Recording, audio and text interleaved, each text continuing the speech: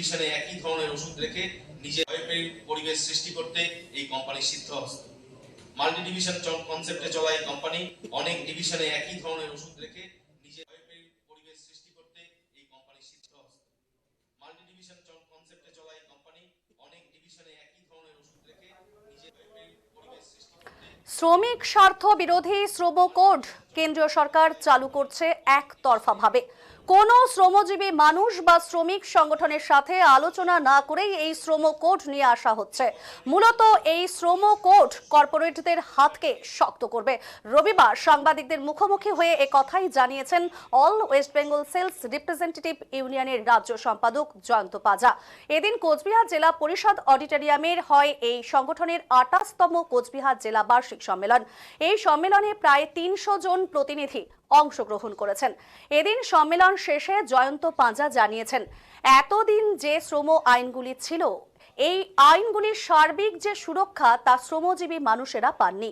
বিভিন্নভাবে প্রচার করা হচ্ছে যে শ্রমজীবী মানুষের সার্বিক সুরক্ষার জন্য এই শ্রম কোড আনা হচ্ছে, কিন্তু ছাঁটাই করার যে পলিসি, হায়ার অ্যান্ড ফায়ার নীতি এই শ্রম কোডে রয়েছে। তাই অবিলম্বে এই শ্রমিক স্বার্থ বিরোধী শ্রম কোড বাতিল করতে হবে। শ্রমজীবী মানুষের সাথে কথা বলে শ্রমিক আইন তৈরি করতে হবে।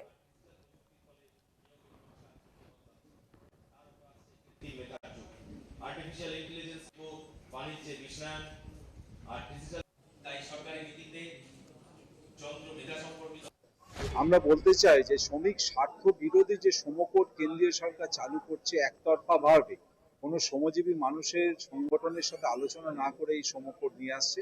মূলত এই শ্রমকোড কর্পোরেটের হাতকেই শক্ত করবে। কেন এতদিন পর্যন্ত যে শ্রম আইনগুলো ছিল, সেই শ্রম আইনের সার্বিক যে সুরক্ষা বা শ্রম আইনগুলো সুবিধা শ্রমজীবী মানুষ পায়নি।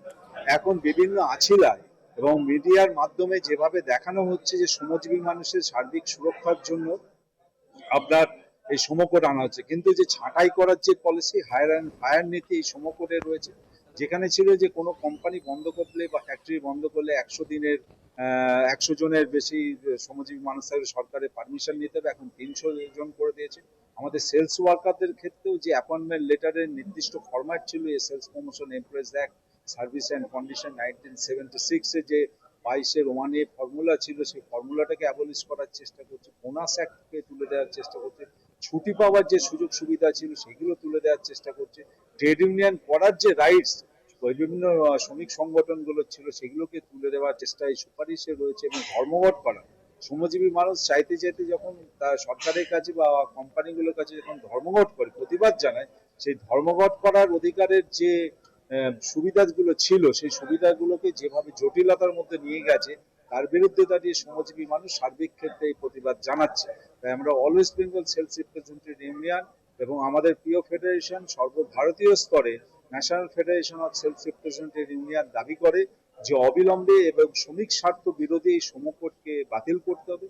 শ্রমজীবী মানুষের সাথে কথা বলে শ্রমিক আইন তৈরি করতে হবে এবং কেন্দ্রীয় সরকারের যে ঘোষিত নীতি ছিল যে ট্রাইপার্টাইট কমিটি, ত্রিপাক্ষিক কমিটির মাধ্যমে ওয়ার্কিং রুলস তৈরি করা শ্রমজীবী মানুষের স্বার্থে বা সেলস ওয়ার্কারদের সাথে, সেই ওয়ার্কিং রুলস তৈরি হয়নি, কারণ গত 8-9 বছর ধরে কোনো ট্রাইপার্টাইট কমিটির মিটিং ডাকা হয়নি। তার বিরুদ্ধে দাঁড়িয়ে আমরা প্রতিবাদে গর্জে উঠছি।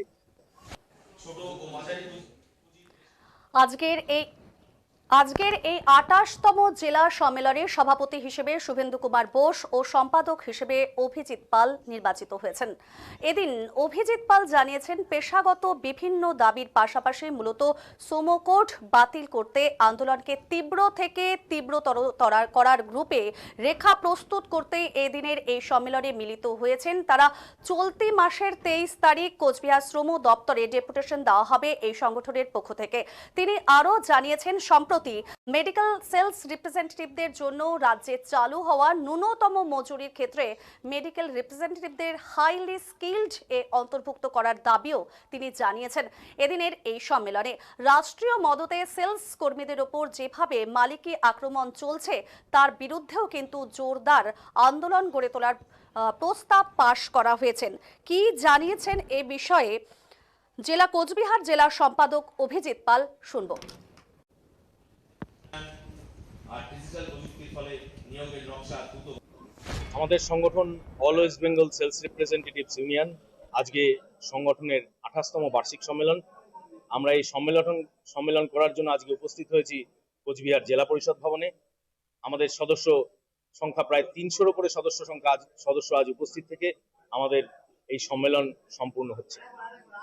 আমরা প্রথমেই ধন্যবাদ জানাবো আমাদের ভাতৃপ্রতিম সংগঠন যারা এই সম্মেলনে উপস্থিত ছিলেন, এআইইউটিসি, টিইউসিসি, বিসিডিএ এবং আইএমএ এবং আইএনটিইউসির মতো ভাতৃপ্রতিম সংগঠন। আমরা তাদের অসংখ্য ধন্যবাদ জানাই আমাদের সম্মেলনে সামিল হওয়ার জন্য।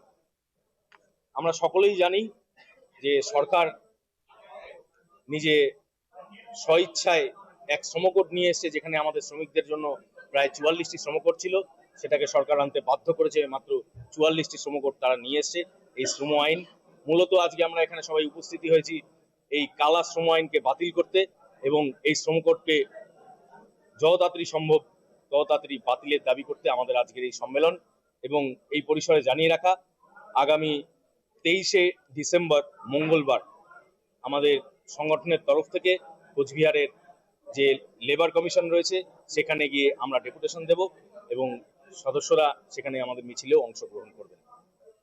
হ্যাঁ, আমরা এখানে আন্দোলনের বিভিন্ন রূপরেখা তৈরি করেছি, যেখানে সামাজিকভাবে আমরা সে অর্থে সুরক্ষিত নয় বা কোনো শিল্পের মধ্যে আমাদের এখনো নিয়ে আসা হয়নি, কিন্তু সংগঠনের যেটা সব থেকে বড় অর্জন যেটা আমরা করেছি বিগত অনেক বছরের লড়াইয়ের পর, আমাদের এই ন্যূনতম মজুরি ওয়েস্ট বেঙ্গলে বা পশ্চিমবঙ্গে আমাদের লাগু করতে আমরা পেরেছি। কিন্তু দীর্ঘ আন্দোলনের পরেও আমাদের হাইলি স্কিল করা আমাদের শ্রমিকদের করেনি, এখন শুধুমাত্র স্কিল দিয়েই আমাদের করে রেখেছে। আমাদের আগামী দিনের দাবি থাকবে যাতে আমাদের প্রত্যেকটি আমাদের সংগঠনের যে দাবি যে হাইলি স্কিল করতে হবে এই অনুসারে সংগঠন থেকে দূরত্ব বজায় রাখতে সক্ষম হয়েছে। এই কোম্পানিতে কর্মরত আঞ্চলিক শাখার সদস্য কমরেড সুদীপ্ত মুখার্জিকে সংগঠন থেকে দূরত্ব বজায় রাখতে সক্ষম হয়েছে। এই কোম্পানিতে কর্মরত আঞ্চলিক শাখার সদস্য কমরেড সুদীপ্ত মুখার্জিকে